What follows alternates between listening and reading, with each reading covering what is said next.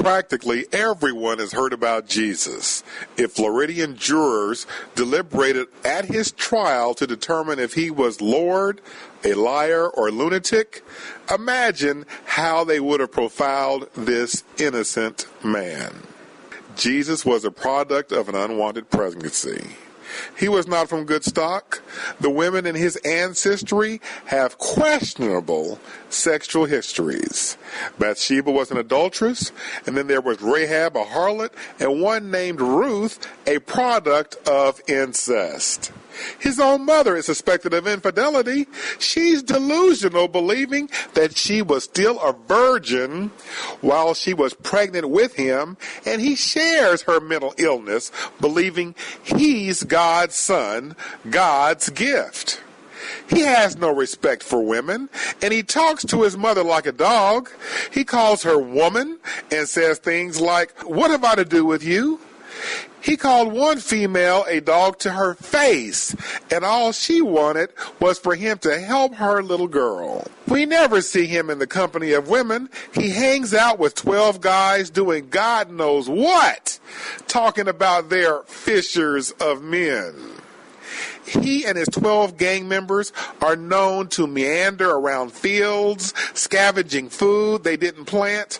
Our religious leaders call them unsanitary because they eat with unwashed hands and pass out foods to thousands, but they have no visible means of support. He has no respect for religious authority.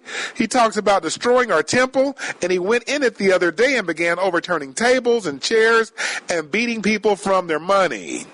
He calls our priests and scribes, Pharisees, hypocrites. He says heaven and earth will pass away before his words do. Then he threatens people with hell who don't do what he says.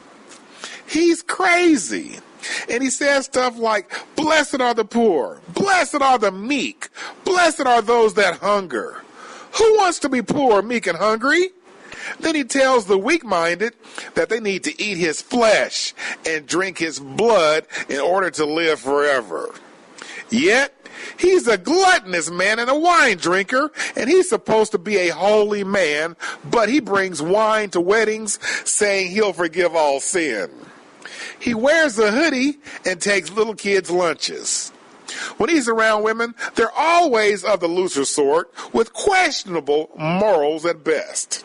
His favorite had 7 devils, and he delivered one woman who was caught in the very act of adultery. The other day, he was caught talking to one that had 6 husbands, and apparently he wanted to become her 7th because he told her that he wanted to give her living water from his well, if you know what I mean. He's a straight menace to society, a friend of tax collectors and sinners and prostitutes. He was brought up on charges the other day, and I voted him guilty. I heard they crucified him. Good riddance.